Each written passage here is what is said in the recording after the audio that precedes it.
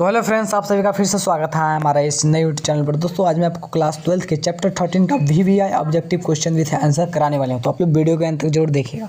तो यहाँ पर चलते हैं अपने फर्स्ट क्वेश्चन की ओर बढ़ते हैं। ठीक है, तो यहाँ पर फर्स्ट क्वेश्चन आपके सामने दिया हुआ है, विद्युत या चुंबकीय क्षेत्र निम्नलिखित में किसे त्वरित नहीं करता है। इसका राइट आंसर हो जाएगा ऑप्शन नंबर सी, न्यूट्रॉन। ठीक है, जो विद्युत या चुंबकीय क्षेत्र होता है वो किसे त्वरित नहीं करता है, न्यूट्रॉन को त्वरित नहीं कर पाता है। ठीक है, इसको याद रखिएगा। नेक्स्ट क्वेश्चन है, एक रेडियो समस्थानिक की अर्धायु 5 वर्ष है। कितना वर्ष है?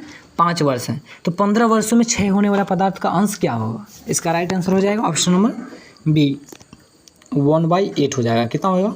1/8 भाग, यानी इसको हम बोल सकते हैं 1/8वां भाग, यानी एक कोई होगा एक पदार्थ, उसका 8 भाग करना होगा। ठीक है, इसका right answer option number B, याद रखिएगा।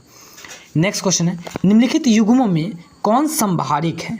अब देखिए, आपको मालूम होगा संभारिक जो होता है यानी उसका द्रव्यमान सेम होना चाहिए। ठीक है, अब यहाँ पर ऑप्शन में ध्यान से देखिएगा, इसमें किसी का भी द्रव्यमान सेम नहीं है। और लास्टली जो यहाँ पर डी ऑप्शन में दिया हुआ है, देखिए इसका जो ऊपर में कभी भी द्रव्यमान दर्शाता है। ठीक है, याद रखिए, दोनों का द्रव्यमान सेम है। 30 दिया, यानी फास्फोरस का भी 30 दिया है और सिलिकॉन का भी 30 दिया है। ठीक है, दोनों का परमाणु संख्या अलग अलग है, लेकिन परमाणु द्रव्यमान जो है वो दोनों का सेम है, जिस कारण इसका right answer option number D है, यानी ये संभारिक है, याद रखिएगा। ठीक है, नेक्स्ट क्वेश्चन है, नाभिकीय घनत्व का क्रम क्या होता है? इसका right answer option number B, 10⁻17 kilogram by metre. इसका याद रखिएगा। ठीक है, नेक्स्ट क्वेश्चन है, नाभिकीय घनत्व की कोटि इनमें से क्या है? इसका right answer option number B, 10⁻17। अब देखिए क्वेश्चन दिया है kg/m³, इसको ऐड करना है। ठीक है, इसको हम बोल सकते हैं 10⁻17 kg/m³। ठीक है, इसका राइट आंसर ऑप्शन बी, इसको याद रखिएगा। ठीक है, नेक्स्ट क्वेश्चन है, रेडियो सक्रिय पदार्थ अर्धायु 2 घंटा का 32 ग्राम 10 घंटे में कितना क्षय होगा? तो इसका राइट आंसर हो जाएगा ऑप्शन नंबर सी, 31 ग्राम क्षय होगा। ठीक है, इसका एक फार्मूला होता है 0.693/k, ऐसे करके उसको याद रखिएगा। ठीक है, उस हिसाब से इसको हम निकाल सकते हैं। नेक्स्ट क्वेश्चन है, गामा किरणें की उच्च वेधन शक्ति का कारण क्या है? इसका राइट आंसर है ऑप्शन नंबर ए, कम तरंगदैर्घ्य। ठीक है, गामा किरण जो होती है वो बहुत तेजी में विक्षेपित होती है, याद रखिएगा, जिस कारण क्योंकि इसका तरंगदैर्घ्य बहुत कम होता है, जिस कारण इसकी वेधन क्षमता अधिक होती है, याद रखिएगा। नेक्स्ट क्वेश्चन है, निम्नलिखित में कौन विद्युत चुम्बकीय तरंग वाले गुण का है? इसका right answer option number C, gamma किरण। गामा किरण जो होती है वो विद्युत चुम्बकीय तरंग वाली होती है। ठीक है, याद रखिएगा। नेक्स्ट क्वेश्चन है, गामा किरणों को क्या होता है, यानी गामा किरण में जो होती है वो क्या चीज़ होती है, यानी उसमें आवेश होता है या फिर द्रव्यमान होता है या नहीं होता है, उसके बारे में पूछ रहा है। ठीक है, तो इसका राइट आंसर हो जाएगा ऑप्शन नंबर ए, शून्य आवेश और शून्य द्रव्यमान, यानी गामा किरण में क्या होता है, शून्य आवेश और शून्य द्रव्यमान होता है। ठीक है, इसका राइट आंसर है ऑप्शन नंबर ए, याद रखिएगा। नेक्स्ट क्वेश्चन है, निम्नलिखित विद्युत चुम्बकीय तरंगों में किसका तरंगदैर्घ्य सबसे छोटा होता है? इसका right answer option number C, gamma किरण। अभी मैंने आपको बताया गामा किरण की जो तरंगदैर्घ्य वो छोटा होता है, लेकिन विभेदन क्षमता जो है वो सबसे अधिक होता है। ठीक है, याद रखिएगा। नेक्स्ट क्वेश्चन है, जब कोई रेडियो सक्रिय तत्व कण उत्सर्जित करता है तो इसका द्रव्यमान क्या होता है? इसका right answer option number B, घटती है तथा इसकी परमाणु संख्या भी घटती है, याद रखिएगा। नेक्स्ट क्वेश्चन है, बीटा किरणें विक्षेपित होती है। इसका right answer option number D, चुंबकीय एवं विद्युतीय क्षेत्र दोनों में। ठीक है, जो बीटा किरणें होती हुए चुंबकीय क्षेत्र तथा विद्युतीय क्षेत्र दोनों में विक्षेपित करती है, याद रखिएगा। ठीक है, सिर्फ बीटा किरण। ठीक है, याद रखिएगा। नेक्स्ट क्वेश्चन है, निम्नलिखित में से किसकी विभेदन क्षमता सबसे अधिक होती है? अभी मैंने बताया आपको गामा किरण की विभेदन क्षमता सबसे अधिक होती है। ठीक है, इसको याद रखिएगा। नेक्स्ट क्वेश्चन है, बीटा किरण तेजी से चलने वाले क्या है? इसका right answer option number C, electron है। बीटा किरण क्या है? इलेक्ट्रॉन है, जो कि बहुत ही तेजी से चलती है। नेक्स्ट क्वेश्चन है, रेडियो न्यूक्लियोटाइड के अपक्षय नियतांक के व्युत्क्रम को क्या कहा जाता है? इसका right answer option number C, औसत आयु। आपको मालूम होगा जो रेडियो न्यूक्लियोटाइड है वो अपक्षय यानी उसके नियतांक के व्युत्क्रम को ही अर्धायु, यानी उसको इंग्लिश में बोल सकते हैं हाफ पीरियड। ठीक है, इसका right answer option number C. Next question है, नाभिकों के मिलने और नए नाभिक यानी न्यूक्लियस के बनने और ऊर्जा के मुक्त होने की घटना को क्या कहा जाता है? इसका right answer option number A, नाभिकीय संलयन। इसको हम बोल सकते हैं नाभिकीय फ्यूजन। ठीक है, न्यूक्लियर फ्यूजन, याद रखिएगा। नेक्स्ट क्वेश्चन है, प्रति न्यूक्लियन द्रव्यमान क्षति को क्या कहा जाता है? इसका right answer option number A, packing fraction. इसको फ्रैक्शन लिखा हुआ है, फ्रैक्शन होना चाहिए। ठीक है, पैकिंग फ्रैक्शन किसको कहते हैं? जब प्रति न्यूक्लियन द्रव्यमान क्षति होती है उसी को हम पैकिंग फ्रैक्शन कहते हैं। ठीक है, याद रखिएगा। नेक्स्ट क्वेश्चन है नाभिकीय रिएक्टर में कंट्रोल रॉड यानी कैडमियम का प्रयोग क्यों किया जाता है? इसका right answer option B, neutron को अवशोषित करने के लिए ही नाभिकीय रिएक्टर में कंट्रोल रॉड जो होता है कैडमियम उसका यूज किया जाता है, याद रखिएगा, ठीक है। नेक्स्ट क्वेश्चन है निम्नलिखित में किसे कैंसर के उपचार में प्रयोग किया जाता है? इसका right answer option number B, CO⁻60, CO⁻, यानी इसको हम बोल सकते हैं कैडमियम⁻60, याद रखिएगा।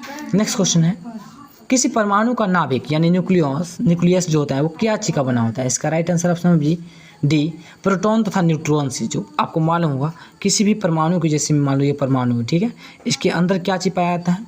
प्रोटॉन और प्रोटॉन और प्लस में न्यूट्रॉन पाया जाता है, याद रखिएगा। और बाहर में इलेक्ट्रॉन घूमता रहता है, याद रखिएगा, ठीक है, माइनस में रहता है। और प्रोटॉन प्लस में रहता है, न्यूट्रॉन पर कोई आवेश नहीं रहता, आवेशहीन है, ठीक है, याद रखिएगा। नेक्स्ट क्वेश्चन है परमाणु के नाभिक में प्रोटॉन एक साथ रह पाते हैं, वो कैसे रहते हैं? इसका राइट आंसर उसमें नाभिकीय बल होता है। क्या होता है?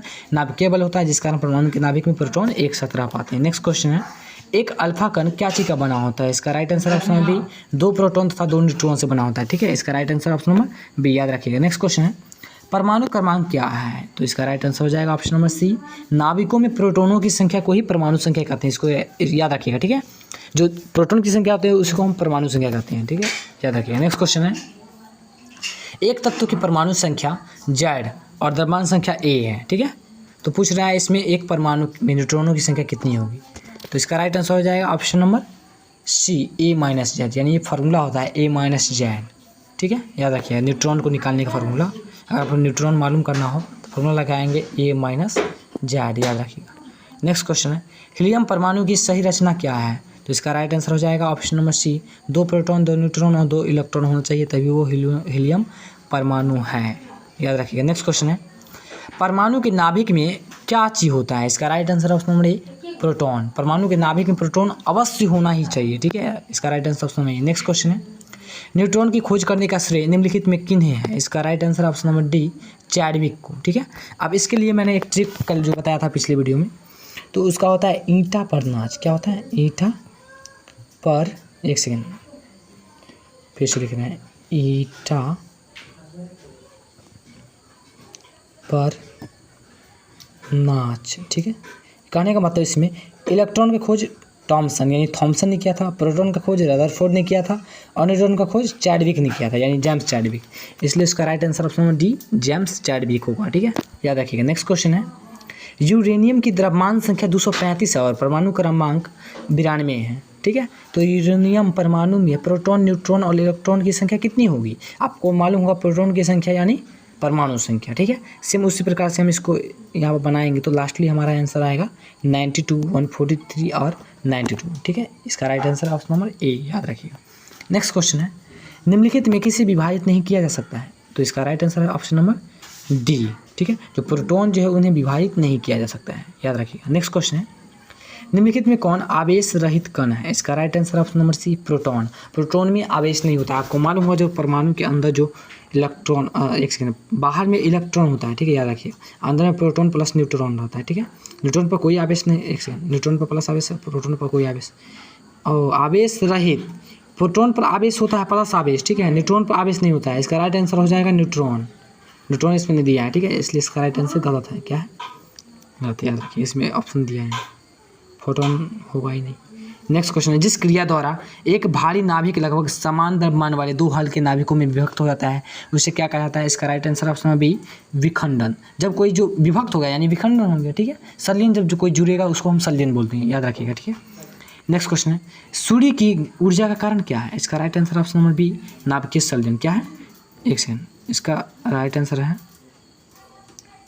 ऑप्शन बी, नाभिकीय संलयन। सूर्य की जो ऊर्जा है वो एक प्रकार की नाभिकीय संलयन जो कि मिल करके बनती है, ठीक है, इस कारण इसका राइट आंसर ऑप्शन बी होगा। तो दोस्तों यहीं पर जो आपका जो चैप्टर 13 का फिजिक्स का VVI ऑब्जेक्टिव क्वेश्चन VVI हो चुका है, ठीक है। अब नेक्स्ट वीडियो में हम चैप्टर 14 को लेकर के आने वाले हैं, तो आप लोग हमारे इस चैनल पर बने रहिएगा, ठीक है। तो मिलते हैं नेक्स्ट वीडियो में, नए टॉपिक के साथ मिलते हैं, तब तक के लिए धन्यवाद। जय हिंद, जय भारत।